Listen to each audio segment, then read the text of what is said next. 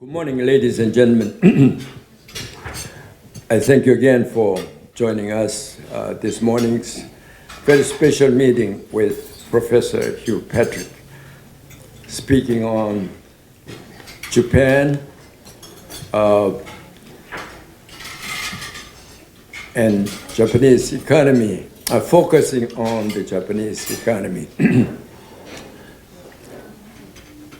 In recent days, people's attention, primary attention, has been on the U.S.-China trade and economic conflicts, which is quite natural, particularly for Koreans,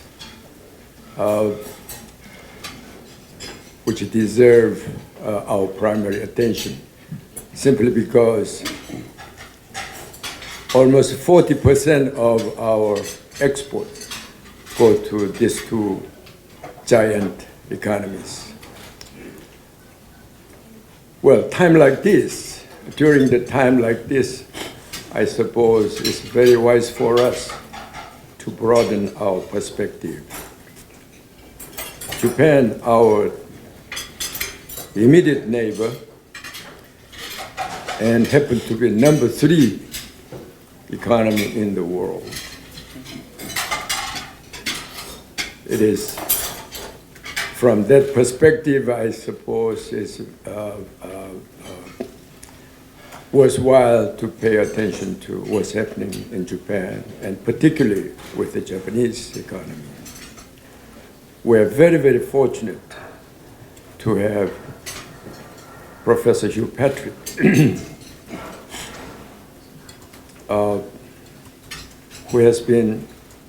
who is actually one of the most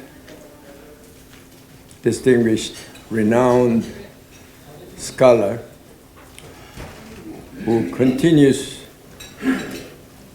engaged in doing research and teaching and lecturing on economies in this region, particularly Japanese economy. He still works as director of Center for Japanese Economy and Business at Columbia University. He has been doing that for many years.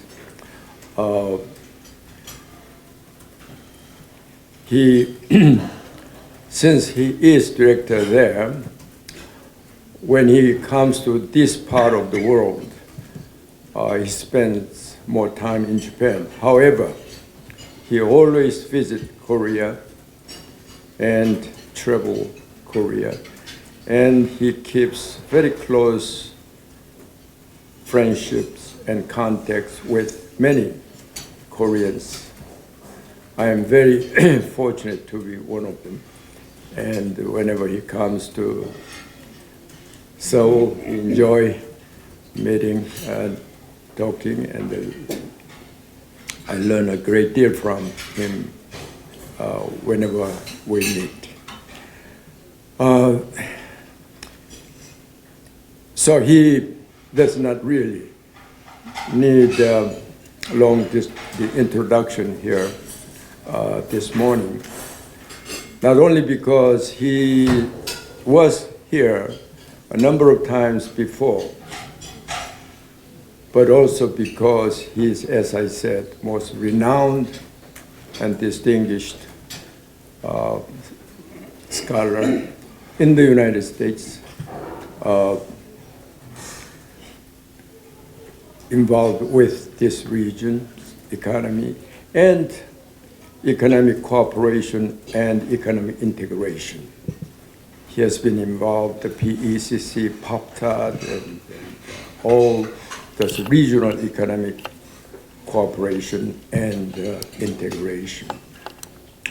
So I don't think I need to spend much time in introducing him. But I just want to say this, as I know that Professor Patrick visited Korea first in 1967, together with two very distinguished, at that time leading economist in the United States, along with Professor Patrick, named John Gurley and Edward Shaw from Stanford University. Three, at that time, wrote a paper. I still remember that paper. At that time, I was in the States studying. But that paper recommended our financial sector reform at that early stage of our development, which made an impact, and the government followed their advice. And that paper was very, very important, and remembered by many policymakers. So he has long connection, association with Korea and Korean government, and particularly Korean people. He keeps many friends, as I said. Well, I don't think I can go on and say many things, but we're very fortunate to have him this morning, and he will enlighten us on what's going on in Japan. With this, I will stop here and ask Dr. John to proceed. Thank you very much. Thank you.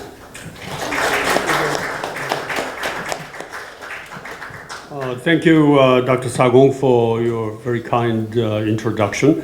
Let's get started. I'd like to invite Professor Patrick for his opening address for about 20 minutes or so. Just a little bit different from the format that I've been used to. Relatively short presentation, meaning that we'll have ample time for active discussion later on. Thank you. Let's invite Dr. Patrick.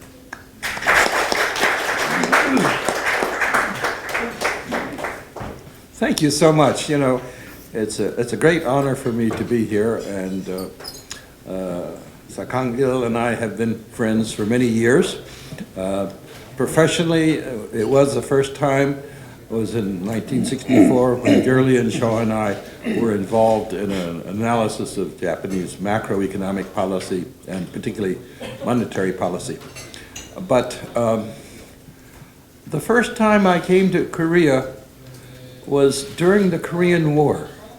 I was a young person just out of college, and I was coming here and seeing a very poor country devastated by war, and I was so impressed by Korean people, hardworking, trying to take care of the country and the company and the family, and from then on I've always felt some deep kind of affection as well as respect for Korean people. This is not in my regular address, so my interpreter may have problems. But anyway,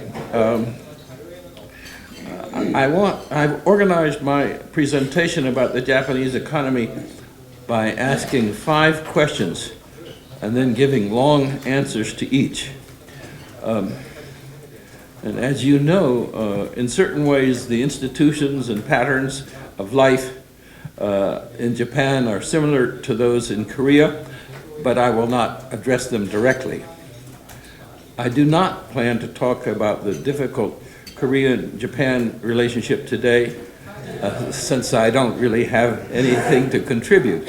I would like to hear from you if you have views of how your government and Japan's government can find some solution to improve the political relationship. At the same time, my impression is that at the business level, the Japan-Korea relationship is good, and at the personal level, it's good. Many Koreans come as tourists to Japan, and Japanese come here, and so what we're seeing is a political problem, not so much of a business problem, which is, I'm very glad. I said I was going to ask 5 questions. My first question, how do I view Japan's near-term economy in a broader context.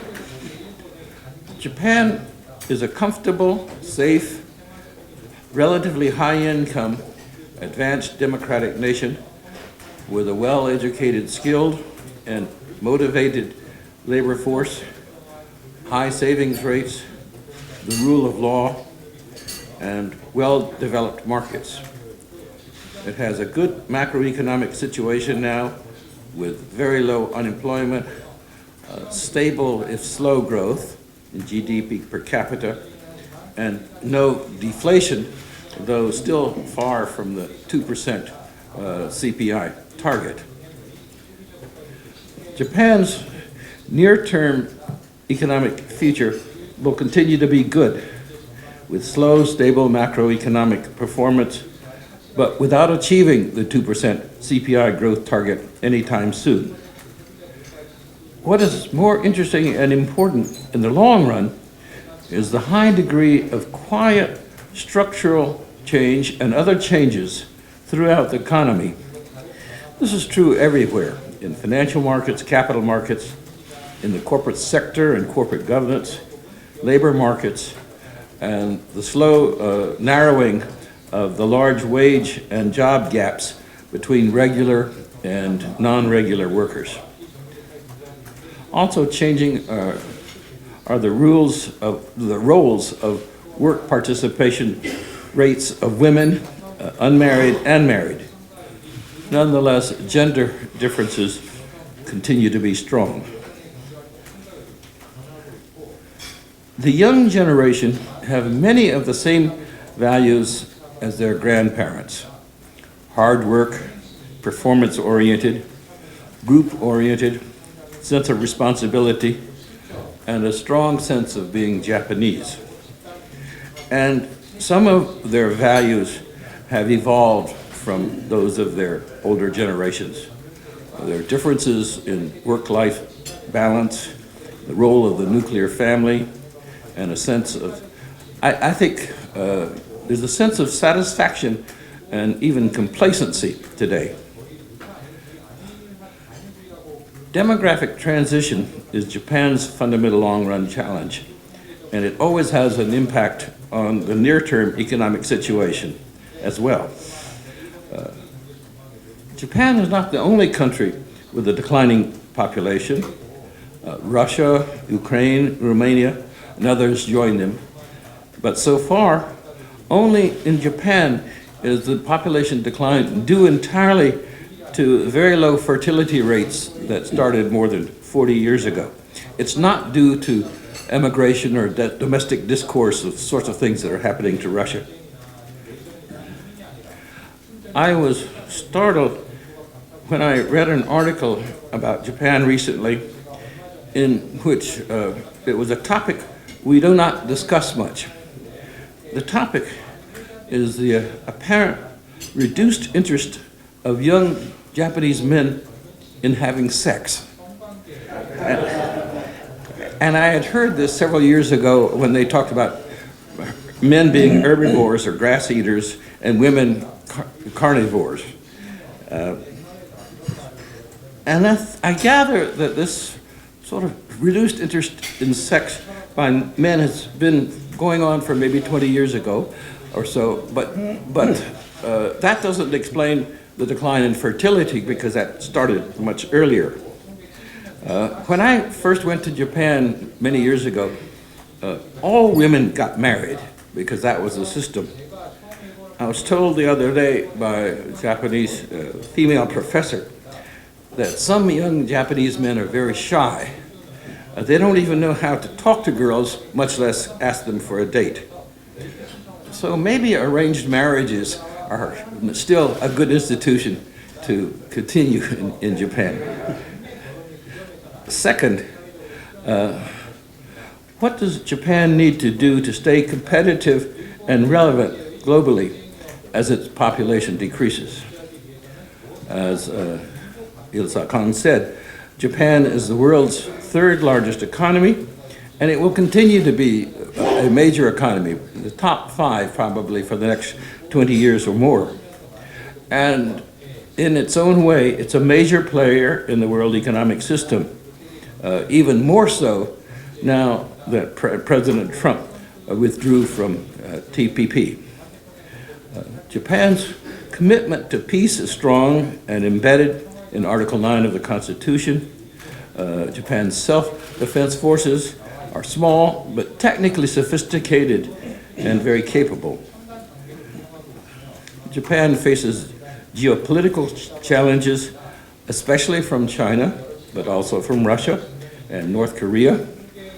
So Japan's allegiance with the United States is essential as fellow democratic, market-oriented major players based on the rule of law.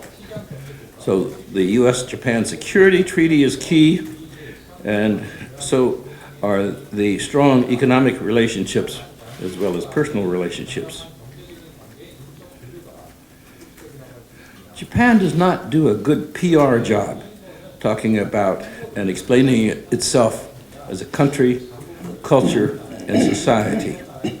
It tends to maintain the images that Japan is so special, unique even, because of its long, deep cultural heritage, ethnic homogeneity, and Japanese language.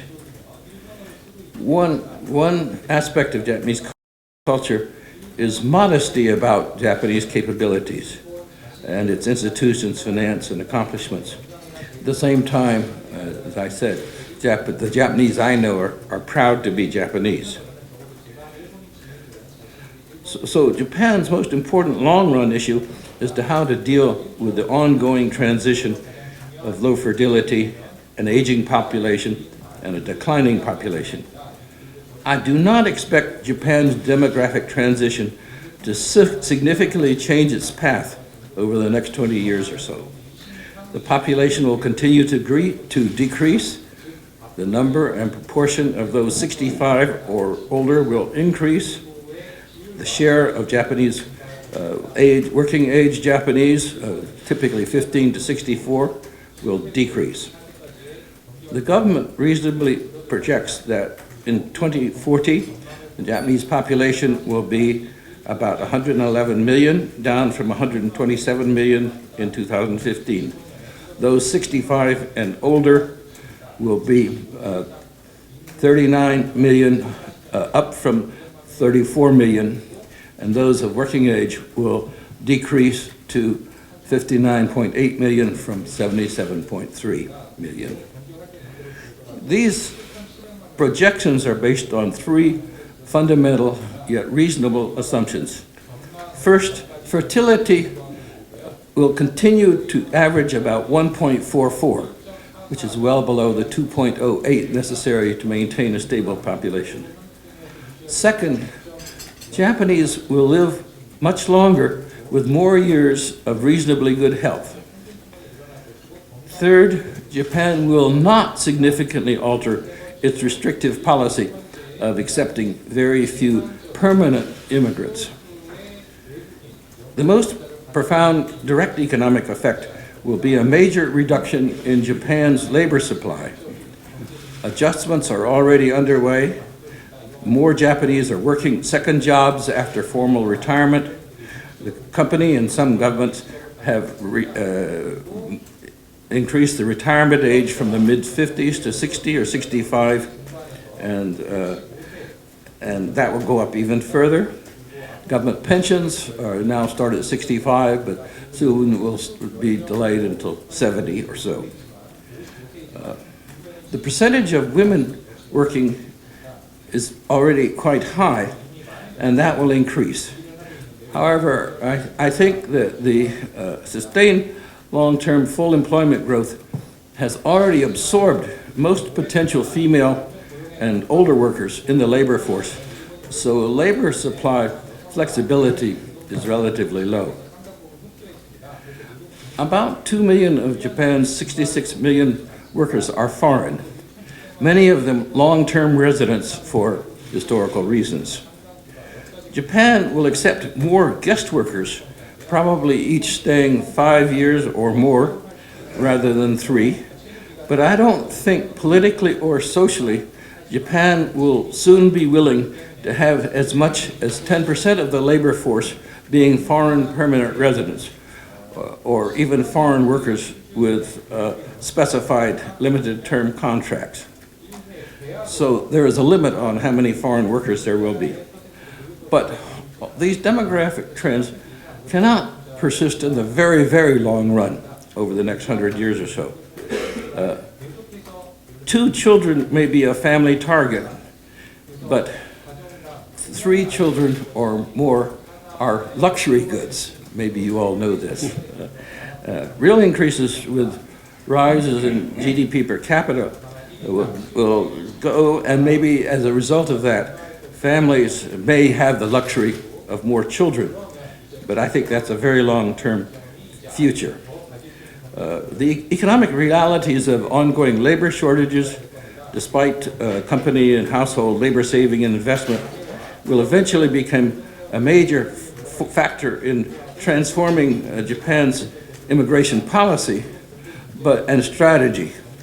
But despite all of this market pressure for the labor market, I don't think Japan will halt its population decline over the next 20 years. The same patterns will continue. Third, how can Japan revitalize its local economy? I don't have a good answer, but nonetheless, let me talk about it. In considering the local economy, we exclude both the Tokyo, Yokohama, Kanto region and the Osaka, Kyoto, Kansai region, and probably the other major cities such as Nagoya, Fukuoka, and other important cities. I understand that by local economy, we are thinking of declining villages and small towns in what are often called rural prefectures. This is certainly an important policy concern. It's not unique to Japan. It's typical of all high-income countries, including both mine and yours. And in this late stages of industrialization, the focus is shifting from manufacturing to the service sectors, including AI and computing as other high-tech areas. Jobs open up in urban areas and factories close down in small towns. And even in agriculture, there's a lot of innovation. Tractors and other machines are standard, scale is increased, though not very much yet in Japan.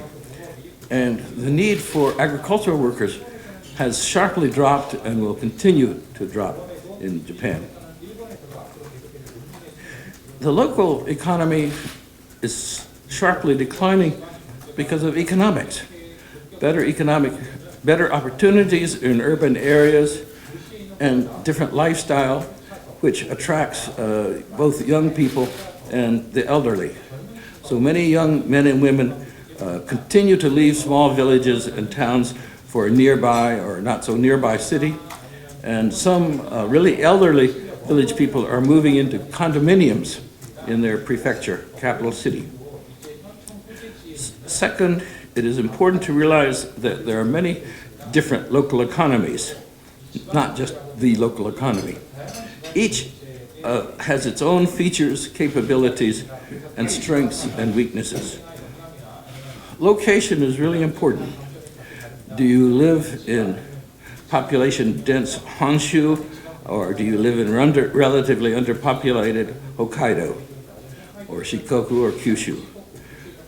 Are you near the Pacific Ocean on the west, or what Japanese call the Japan Sea on the east, on the west?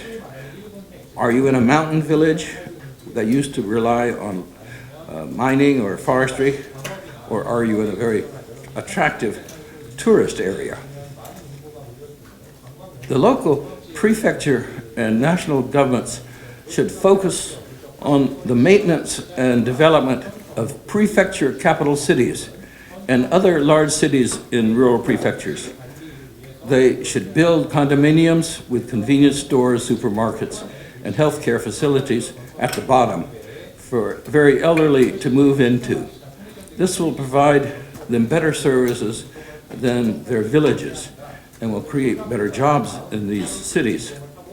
So prefectures should focus on improving the education of the children in their prefecture and develop links with internship programs, high school students, and local businesses. One difficulty, however, is that some elderly rural Japanese want to live and die in their own home. My gut feeling is that many small Japanese villages should be allowed to decline and eventually disappear, administratively being absorbed into a nearby city.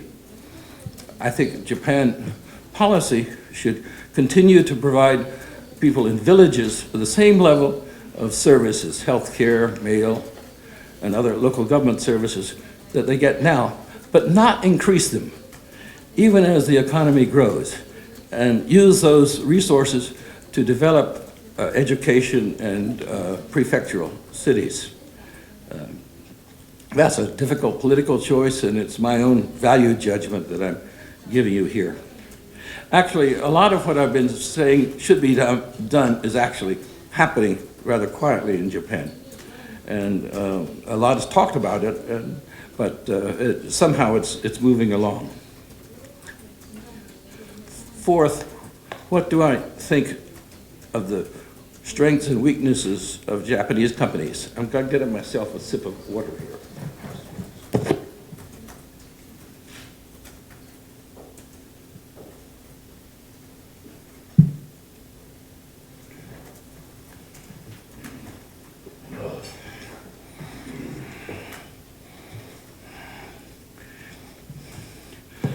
Fourth, what do I think of the strengths and weaknesses of Japan's companies? Let us begin by reminding ourselves that there are many, many Japanese companies in almost all industries and sectors.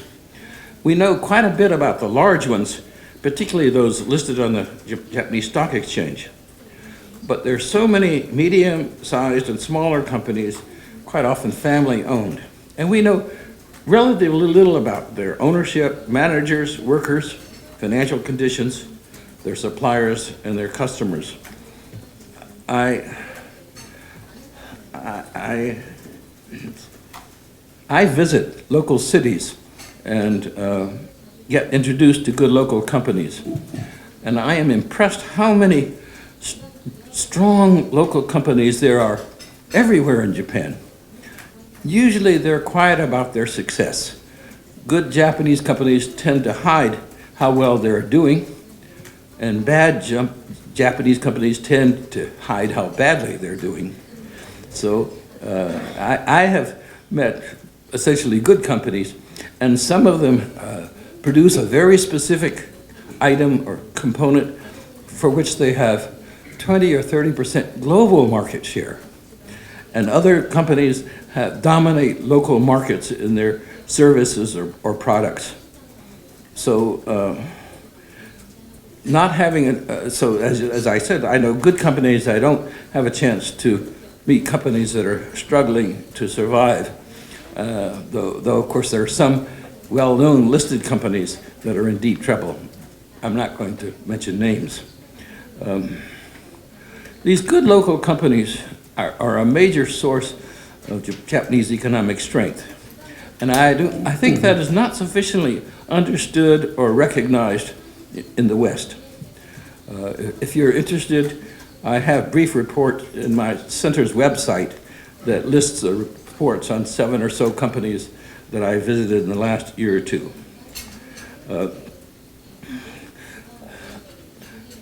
Japanese companies directly benefit from the country's fundamental economic and social strengths. So let me list the strengths. First is a skilled labor force based on good formal education and on-job training, and a strong drive to work well.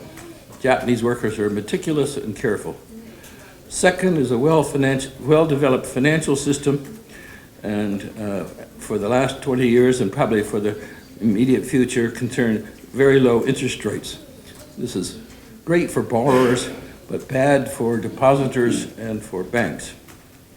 The third is a well-developed system of experienced managers who are very efficient in keeping companies going along pretty well and helping their bring about change in their business systems when conditions are relatively predictable and stable. The fourth strength is the country's policy focus to allocate resources mainly to the private sector, with a small defense-oriented military force of only 1% of GDP.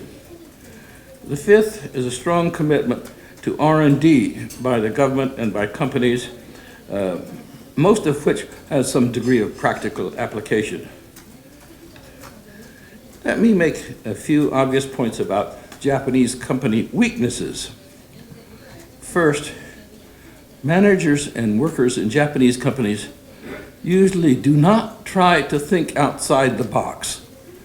They don't think about big changes in the company that must be made or should be made. It's difficult for individuals in companies to challenge the company's hierarchical structure and group-oriented way of thinking. So Japanese companies do not encourage creative individualism the way American companies do. While in small firms, there's much more flexibility because regular employment is more limited and less guaranteed. Our stereotypes are based on large firms. The employment system of more or less permanent regular workers and non-regular workers, with regular workers employed from school graduation for life, is a structural feature that is only changing gradually. While it is decreasing, discrimination against women is still strong. They are paid less and have lower quality jobs. I know many Japanese companies are trying hard to hire young women into the company's entry-level management track. This is one important way in which Japanese labor markets are changing. Japanese financial markets do finance well-established companies with good credit history. There's a lot of competition, major banks, regional banks, local credit associations, and cooperatives. But Japanese banks face three major difficult problems. First, Japanese individuals and companies save a lot and hold much of their savings in deposits. So banks have much more money than they can effectively lend out. Second, to maintain aggregate demand, the Bank of Japan for the past 20 years has maintained extraordinarily low interest rate policy. So bank lending spreads have been sharply reduced and they're really squeezed. Third, with fintech and other innovations, banks need far fewer employees, but the job market system and the regulatory process makes it difficult for banks to fire employees. Moreover, Japan's venture capital markets are not large and are well developed yet. Good information is scarce, and most financial institutions and households tend to be quite risk averse. Key to Japan's success, to a company's success, is company-specific technology in some cases, and its management strength in all cases. Management generally are prisoners of their company's business model. Maybe you know this too. Yet the managers are the ones who have to change that model and find out how it should adapt. Smaller companies owned by families are able to do this, and one way in smaller companies is bringing outside managers through marriage to the owner's daughter. That's not unique to Japan, but it really is well developed and effective in Japan. My fifth and final point, what Japan needs to do to stay competitive. The most important challenge in Japan is to overcome the current situation of complacency, of being comfortable and satisfied, especially among Japan's well-educated, well-off upper middle class who dominate the media coverage. More Japanese need to feel hungry and ambitious in order to be competitive, both domestically and internationally. Japan must be open to and seeking for all kinds of innovations, and in rewarding the entrepreneurs who make those innovations operative and competitive in the marketplace. Japanese society has too big a fear of and penalties for failure, and not enough rewards for success. Japan needs to sustain and improve its already good infrastructure, but it goes beyond that. Economic well-being depends upon having a good economic policies and practices within companies and within households. And of course, the relationship between households as consumers and suppliers of labor and companies as instruments to achieve the efficient and effective production of goods and services. I do not think that big government is desirable, but certainly the government must provide essential functions. Japan has a very good primary and secondary school system, though some aspects of the curriculum are outmoded and need reform. However, Japan's undergraduate and graduate university programs are not world-class, except in a few areas of science and medicine.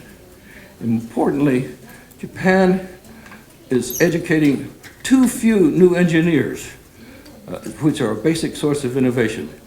The government is encouraging more students to take STEM courses, but I don't think it's sufficiently so.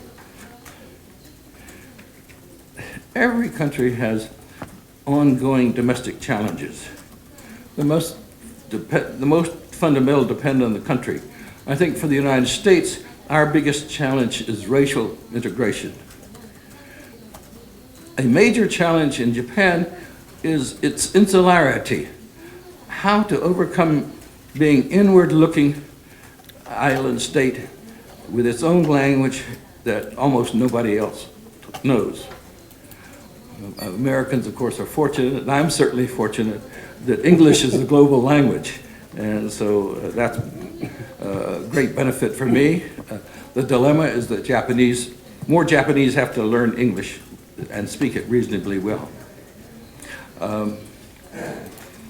All countries are subject to forces beyond our control, particularly weather, hot, cold, rain, drought, flooding, hurricanes, typhoons.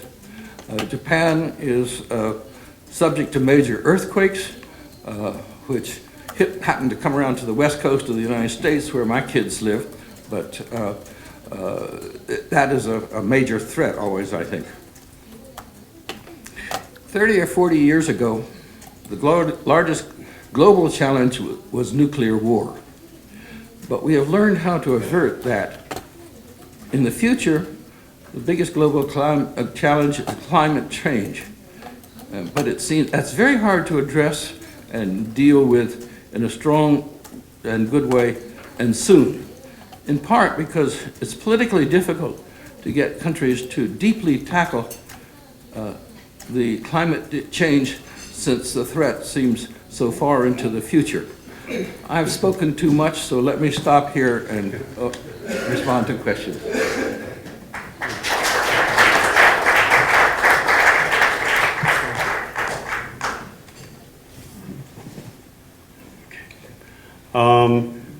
Thank you very much, Professor Patrick, for your very stimulating speech along the 5 most relevant questions you outlined just before.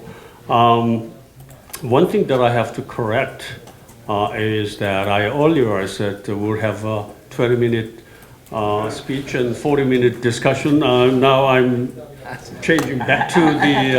I apologize. No, this your magic made the format of the day is like a typical format we have at this forum. I would like to open for Q&A session. Perhaps I may invite someone who is very knowledgeable in this issue. Perhaps, if I may, invite Dr. Yu Chang-hee to kick off our Q&A session. Okay. Thank you very much, Dr. John. Hugh, you did a very good job, very eloquent, informative, and insightful speech. I really appreciate it. And I have two questions, two short questions. I know your speech was very comprehensive, dealing with the Japanese economy as a whole. But in your speech, you mentioned that the wage difference between the regular workers and the non-regular workers are reducing, and it is becoming more and more equitable. But on the contrary, the recent statistics indicated that the proportion of the low-income people in Japan whose annual income is less than 4 million yen is growing, which is as high as 47%. That is like a 10% increase since right after the Abe administration began. So what would you think the reason behind this widening the gap of the incomes between low-income people and the high-income class? That's my first question. And second question is, about a month ago, Jim Rogers came to Korea, and he gave us a very impressive lecture. And he said that the most serious problem of the Abenomics is that the massive money supply.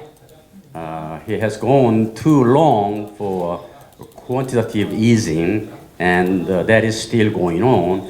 This massive increase of money supply is going to be one of the long-term jeopardy factors to Japanese economy. How would you evaluate this monetary policy of the Abe administration? Thank you. Two good, tough questions. The poverty, in part of the problem is inequality has been increasing in that those who are middle income or higher income their incomes have increased a lot, but that of the poor people have not increased, and in some cases actually decreased. There are two groups of poverty-stricken people. One are old men or women whose husband or wife died and they're living alone, particularly if they live in a city and they don't have anybody to support them and help them. And so that's a really important social issue. The old people, it's really divided. Some old people are very rich and comfortable, but others are very poor and in difficult circumstances. So you need social problems that identify these people and provide more help for them. The second group are women who were married and had children, but were divorced or left. They had an abusive husband and they have left, and so they don't have work, or if they do, they have part-time work. They can barely support themselves. They have 2 kids that they're trying to raise and raise properly, and that's the second group that is a real poverty concern. And again, the system tries to provide tuition payments for kids, but that's not enough, I think, for these kinds of very poor women with kids. And in the Japanese case, it's always they've been married. It's not a problem of illegitimate children. It's a problem of married kids in which the husband, the man, has disappeared for whatever reason. So I think policies need to be focused on those 2 groups, and part of the dilemma is that everybody has been so excited over the years in watching about Japan's growth and success, that they haven't paid enough attention to poverty. And I think this is a social issue that needs to be addressed more and more by the government and by others as well.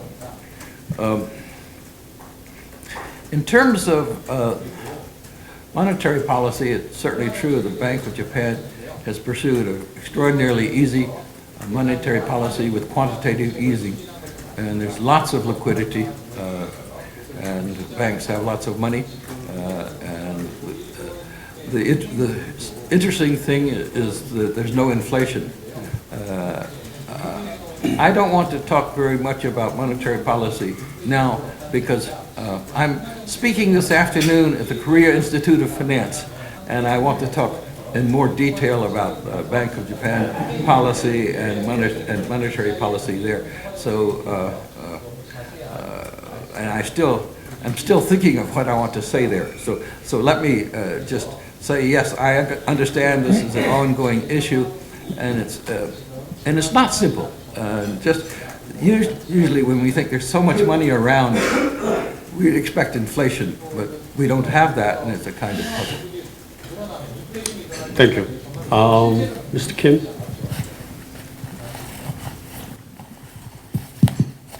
Thank you, Professor Patrick, for your very illuminating talk. You mentioned the strengths and weaknesses of Japan, which are very, very characteristic and very different from many other countries. Mm-hmm. But as you know, the strength and weaknesses usually is the flip side of the coin. And the very strength and becomes also the weakness, and the weakness is also the strength. One of the things Japanese strength is, as you mentioned, the strength on the small businesses, which owes to a great extent Japanese characteristics of national pride, family tradition, and respect for the past. And these are the same issues which also causes the weakness you want to challenge, that is their reluctance to challenge outside of the box, so to speak, is sticking to the tradition. So far, they have done a remarkable job maintaining this conflict very in balance and staying on the top of issues. But now the world is heading to the very, very rapid pace of change. In this context, with technology and the social mores and the change, how do you think Japanese will win out the weakness and strength of the same issue? Thank you. Certainly, many small companies face great challenges, particularly if they're involved in manufacturing and exports, something of that sort.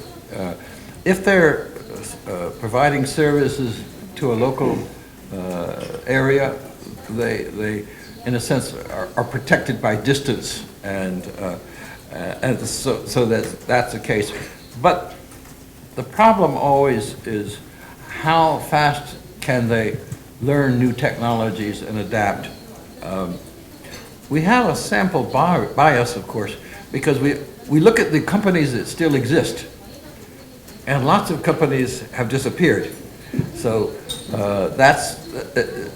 what it tells you, though, is if those companies could survive and do okay in the last 20 years, then they probably have good capabilities for continuing to survive. The main challenge for these companies is that many of them were started some years ago by a founder, and who will take over? Will the successor, will the son or grandson be competent? And that is something that worries all of the companies I visit. And there are various ways of handling that, making sure that their potential successor is well trained and educated and motivated, or bringing in professional managers, adopting them into the family, which is a very Japanesey kind of thing to do. And so there are mechanisms for getting talent in.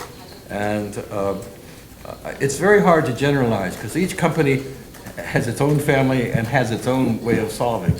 But I think basically, I think they're going to continue to be successful, and this is going to be one of Japan's hidden strengths. Thank you. Next, Professor Kim, you raised your hand before. Thank you, Professor. Jeong-shi Kim from Yonsei University. As you told, the long-run perspective of Japanese economy is a little bit not bright because of the low birth rate. Most of the U.S. economists agree with these kinds of views. But in the short run, the Japanese economy overcome the 20 years economic recession by Abenomics. So Professor Hamada Goichi suggests the yen depreciation by QE, and these kinds of yen depreciation increase the Japanese firm's profit and increase the employment. What do you think about this kind of argument? I think one of the problems that I have as an economist, and I think many economists have, is that we think about total GDP growth, because that's the world we've lived in. The economy is always growing. But underlying that, we've always really wanted GDP per capita growth. So now we have to think more explicitly about GDP per capita growth because populations decline. And can you have a declining population and yet still raise the standard of living of those who are there? And I think that is part of the big challenge as for economies. Now, it may be that the size of the economy is important for political reasons or something of that sort, but as an economist, we should really start focusing more clearly on GDP per capita. So I think we have to see how that comes about. I think Japanese policy makers would love to have the yen depreciate and export more, but they can't do it directly because it would be internationally unacceptable. So the only way they can do it is by pursuing monetary or fiscal policies that tend to create conditions under which the market forces would make for a weaker yen.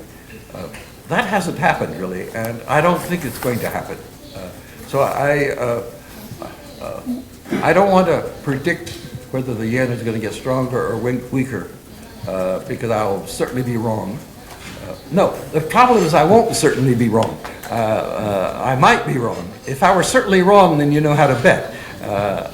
But my sense is that there's not going to be big volatility in the yen-dollar exchange rate. There'll be some minor fluctuations, but nothing major, at least in the foreseeable future.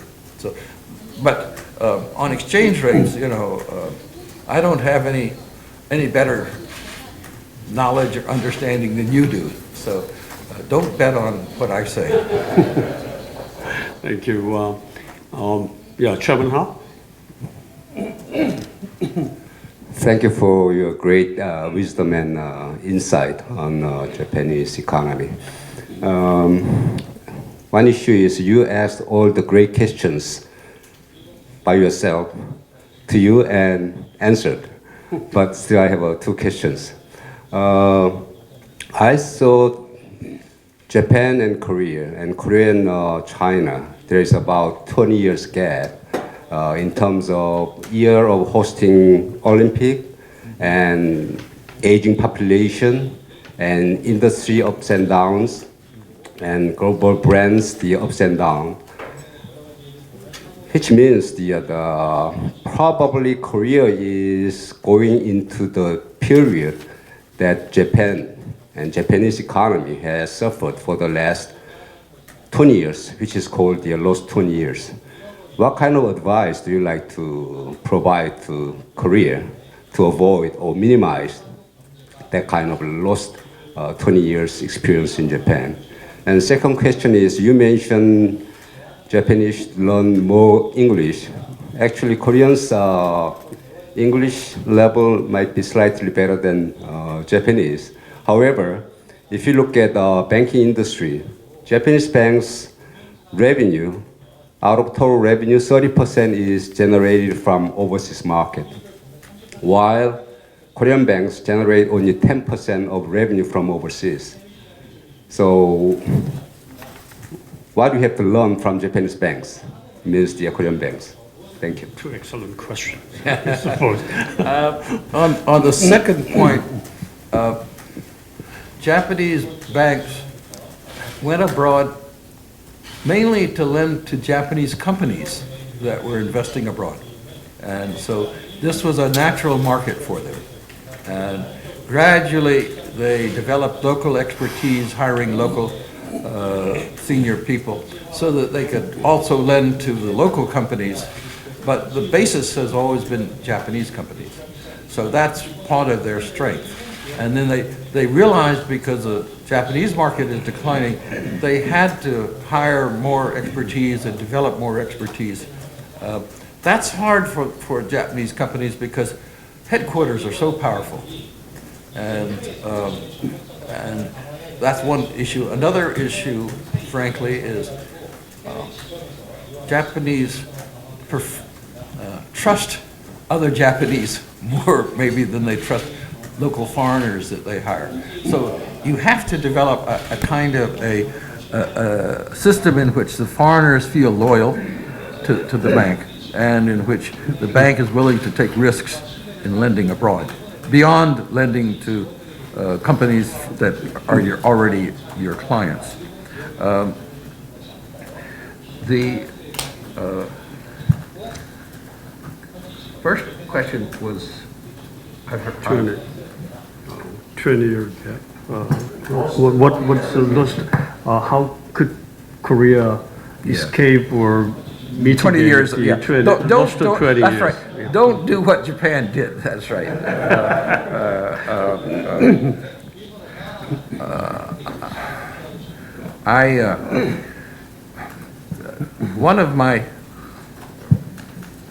One of the sort of dangerous intellectual problems for me is that Korea and Japan have quite similar institutions and patterns of behavior, but they're different also. And so it's not a copy, it's a separate thing. And Koreans are always more independent and individualistic, and I appreciate that. But the structural issues are I think, same for all countries as they develop and grow. So the important thing, I think, is how to figure out you can have more innovative economy. The Japanese problem is low productivity growth, and you have to figure out what are the things to do to increase productivity growth. More R&D, more applied R&D. I don't know the answers, but in a sense, you have this 20 years of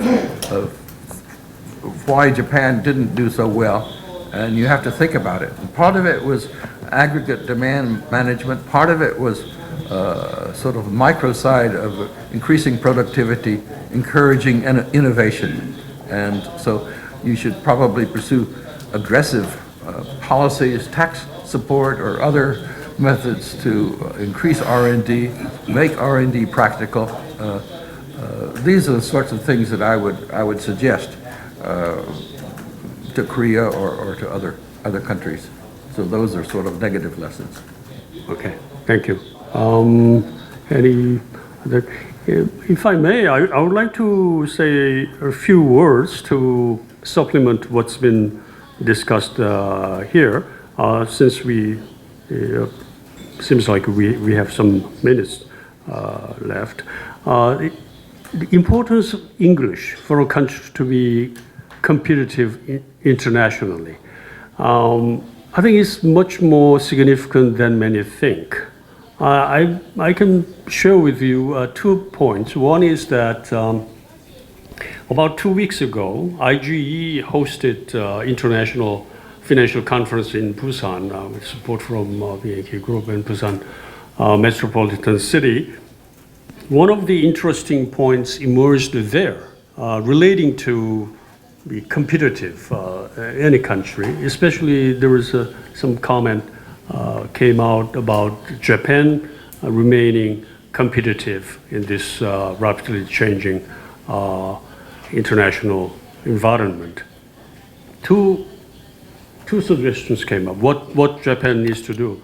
One was improve English, and second was make visa issues much easier for foreign workers with high-tech capability. So those, that may be an example also to amplify the importance of this English point.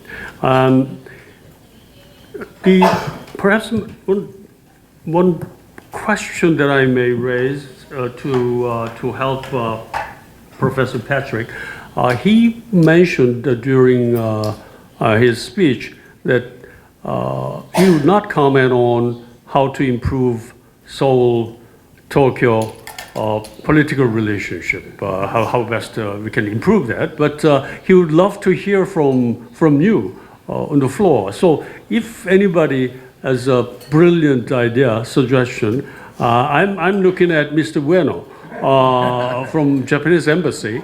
As a diplomat, it may not be easy for you to say anything sensitive, but any comment? Yeah. Yes. Mr. Ueno.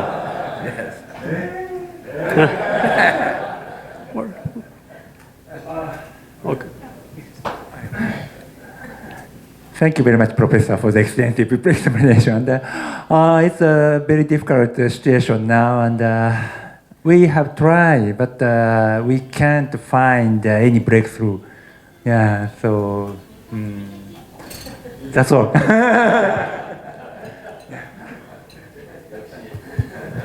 Okay, Mr. Kim. Then do you see any chance for the two leaders to meet at the G20 summit in Osaka, on the sideline of the G20 summit? Sorry, I'm not in a position to comment on that. I'm very sorry, and our position is same. I'm sorry to say, Korean government should do something first. Yeah. Okay. Professor Song, you wanted to add something? Yeah. Okay, please. Yeah. Okay. To have innovation in the Korean economy, I think the friendly relationship with labor unions is very important. Compared with the phenomena in the United States, Korea has very difficult situation nowadays. There are two parts of labor unionism movement in Korea. One part is very strong, aggressive parties, and the other part is a little bit moderative labor unionism in Korea.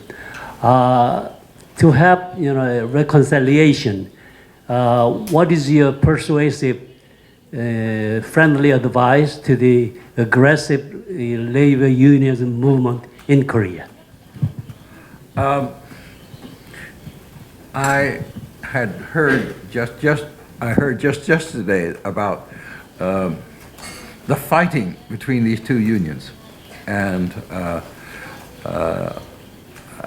the difficulty it provides for the government, and how to reach some sort of reconciliation on this. I would never try to give advice on something like that. First of all, I don't know much about it. Secondly, this is really a Korean issue that Koreans have to solve. And I don't think that foreigners who know a lot about Korean unions and markets might have some advice. But this is the kind of political and social issue that foreigners can't solve. Koreans have to solve. And it may take a long time.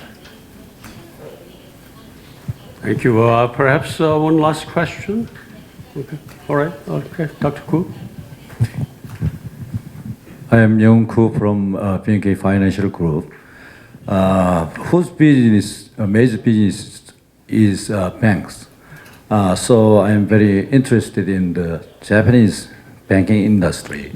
So from the perspective of global competitiveness, how do you evaluate Japanese banking sector, their strength and their weakness?